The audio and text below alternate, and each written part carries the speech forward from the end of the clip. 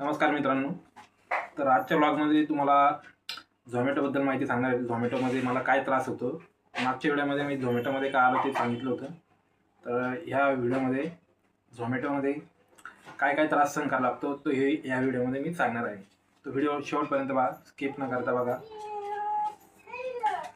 तर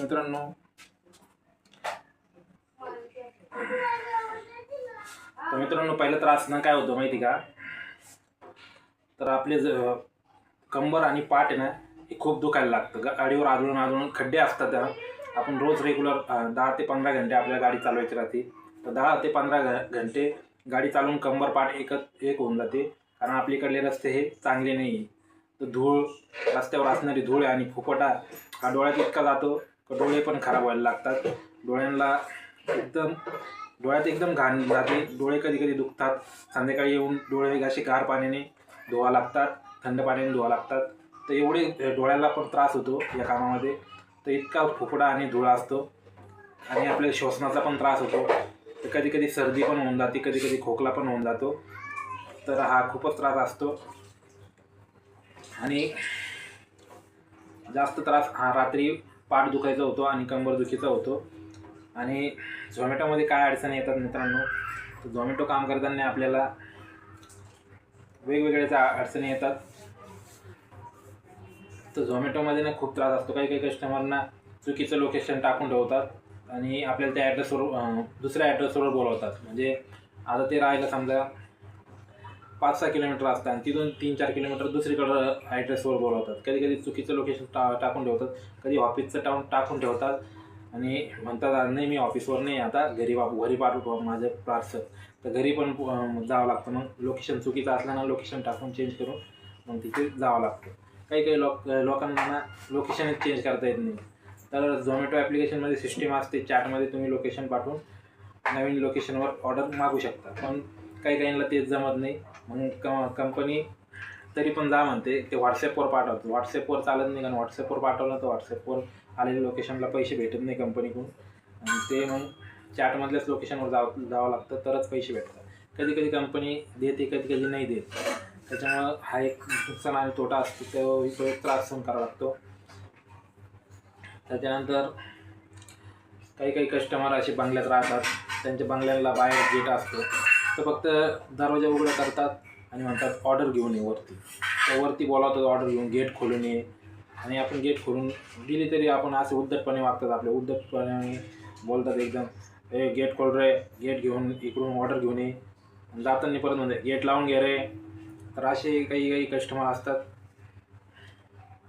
तर काही काही कस्टमर चांगले असतात, काही काही कस्टमर टिप देतात, पण काही काही कस्टमर नाही देत. तर काही काही कस्टमरला वाटतं आपण यांना पैसे दिले, तर त्यांनी सगळे ऑर्डरला पैसे दिलेले असते. आम्हाला काय एका ऑर्डरचे 20 रुपये भेटतात. 20 रुपयाच्या ऑर्डरमध्ये 4 किलोमीटर लांब अंतरावर ऑर्डर द्यावं लागते.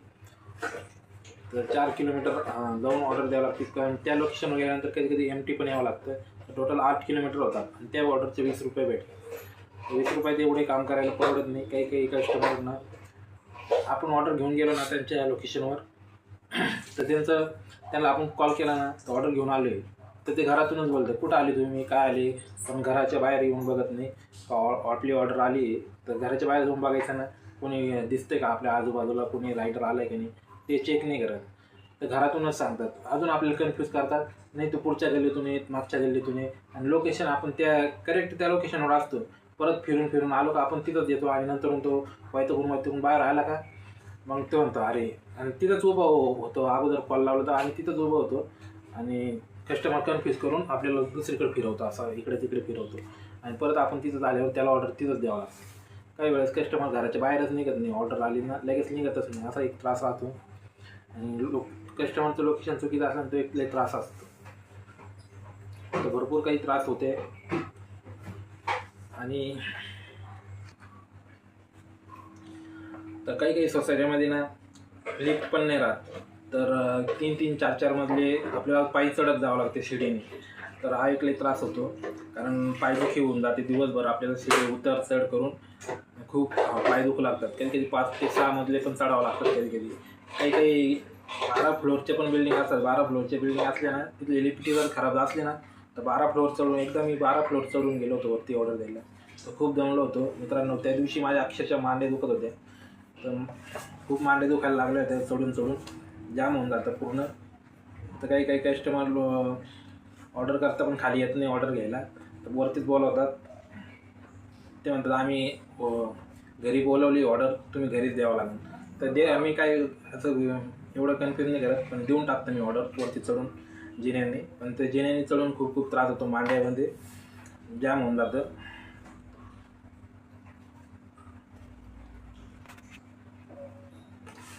आता काही कस्टमरची COD ऑर्डर असते. तर COD ऑर्डर घ्यायला पण खूप त्रास होतो. कारण काही लोकांना COD देतात, CODची ऑफर मागवतात, पण पैसे सुट्टे देत नाही. तर पैसे त्यांच्याकडं आपल्याला सुट्टे द्यायचा प्रॉब्लेम होतो. मग त्यावर ते कन्फ्यूज करतात. आपण म्हटलं जर ऑनलाईन करा तर ऑनलाईन पण करत नाही. कारण ऑनलाईन पैसे त्यांच्याकडे असतात तरी पण नाही करत.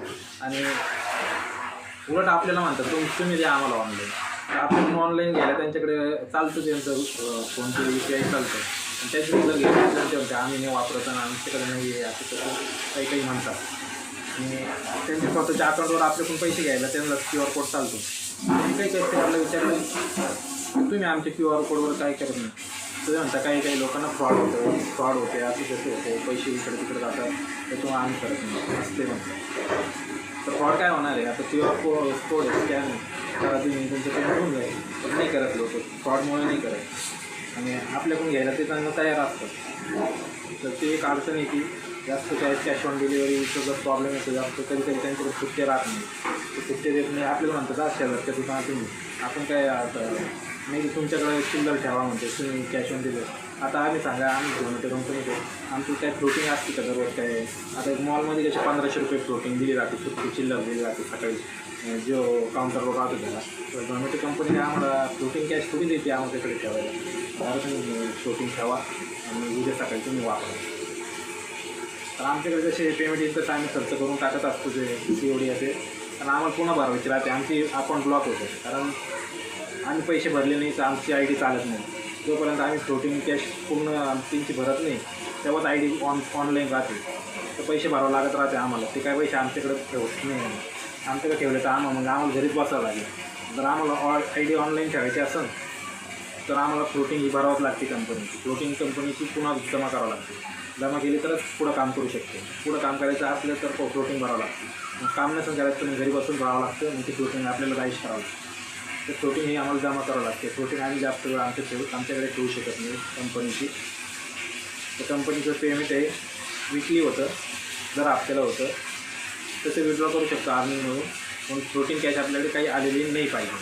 तर फ्लोटिंग कॅश जर आपल्यावर असली तर मग कंपनीचे आपल्याला पे करूनच ID ऑनलाईन करावं लागते, तरच आपण ऑर्डर करू शकतो. एक त्रास होतो फ्लोटिंग कॅशचा.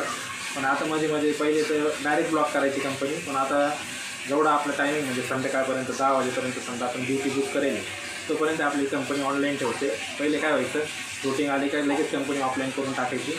तर जा बँकेत जा, मग ATMमध्ये जा पैसे भरायला, तर खूप त्रास व्हायचा. त्याच्यामुळे जोपर्यंत ऑनलाईन आहे तोपर्यंत तुम्ही ऑनलाईन राहू शकता. नंतर मग तुम्हाला फ्लोटिंग फुल झाली ना मग ती बँकेत जाऊन किंवा इतर सायबर कॅफेकडे जाऊन 10-20 रुपये देऊन आपल्याला ती अकाउंटमध्ये भरावं लागते. मग नंतर ती कंपनीची कॅश भरावं लागते तरच ऑनलाईन होता येतो. ते मोठा एक प्रॉब्लेम आणि समस्या होती.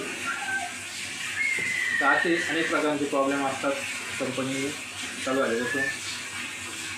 आणि एक आम्हाला सेल्फीचा एक वैताग असतो कंपनीचा. सेल्फी कंपनी वारंवार सेल्फीचे T-शर्ट आणि बॅगचा फोटो काढा, तो एक खूप त्रास देते कंपनी. त्या कंपनीला आम्ही काम करतो ऑर्डर करतो ते कंपनी विश्वास नाही. तर जो फोटो आणि सेल्फी त्यांना पाहिजेच असतो. तर लई त्रास असतो. आणि जास्त त्रास तर आपल्याला ट्रॅफिकचा आहे. तर ट्रॅफिक आणि धूळ आणि कचरा वगैरे डोळ्यात जाते ते एक त्रास आहे. आणि अजून एक तो कोणता त्रास आहे माहिती का मित्रांनो, ऑर्डर लेट होणे. तर ऑर्डर क्लायंट कधीच लेट करत नाही. ऑर्डर ही ट्रॅफिक आणि येणाऱ्या समस्यामुळे होती. कधी हॉटेलवाला डिले करतो, कधी आपलं ट्रॅफिक लागते. ट्रॅफिकमध्ये काही अडचणी असतात त्याच्यामुळे डिले होती. तर काही रेस्टॉरंटमध्ये जर आम्ही ऑर्डर घ्यायला गेलो ना तर रेस्टॉरंटवाले अगोदरच रेडी करून देतात आणि कस्टमरला ती नोटिफिकेशन जाते. तर कस्टमर आम्हालाच फोन लावतात सारखं वारंवार त्रास देत राहतो. जर आमची ऑर्डर कधी येणार, किती वेळा येणार, इतका टाईम झाला. तर त्यांनी हॉटेलला कॉल करायचा, हॉटेलची चौकशी करायची, तर ते रायडरला वैताग देतात कस्टमर. आणि काही काही कस्टमर कसे असतात तर दुसरे म्हणजे आता समजा 2 रायडर आहे, एका रायडरला ऑर्डर पडली, हॉटेलवाला जर डिले करत असेल तर दुसरा रायडर काय करतो ती ऑर्डर ट्रान्सफर करतो, म्हणजे दुसऱ्या पार्टनरला जाते, दुसरा जो रायडर असतो त्याला जाते, त्याला गेल्यानंतर ती लेट होईल बाकी ऑर्डर, ती अजून लेट होत चालते. आणि तो दुसरा रायडर आहे तो मोकळा होऊन जातो आणि तिसरा रायडर गुतला जातो तिथे त्या ऑर्डरसाठी. मग तो गुतल्यानंतर तेव्हा कस्टमरला ऑर्डर जेव्हा लेट येते ना, तो कस्टमर त्यालाच बांधतो तर तू ऑर्डर लेट केली. कारण पहिले तर दुसऱ्या रायडरला पडेल राहते, त्यांनी ट्रान्सफर केले असते आणि याला लगेच पडलेली असते, मग टाईम वाया गेलेला असतो पहिले, यालाच बोलणे खावं लागतं. तर काही जे कस्टमर त्यालाच बोलणे करतो, तर हॉटेलवाल्याने लेट दिली तर ते त्याचा काय प्रॉब्लेम आहे. आणि काही काही ऑर्डर ना ते स्पिल्ट होऊन जातात आणतात, कारण खड्डे एवढे राहतात ऑर्डर स्पिल्ट होऊन जाते, सांगून जाते भाई वगैरे, ते कस्टमरला द्यायला प्रॉब्लेम येतो. कस्टमर तिथे कंप्लीट टाकून रिफंड पण घेतो कस्टमर, तरी पण कस्टमर बांधतो.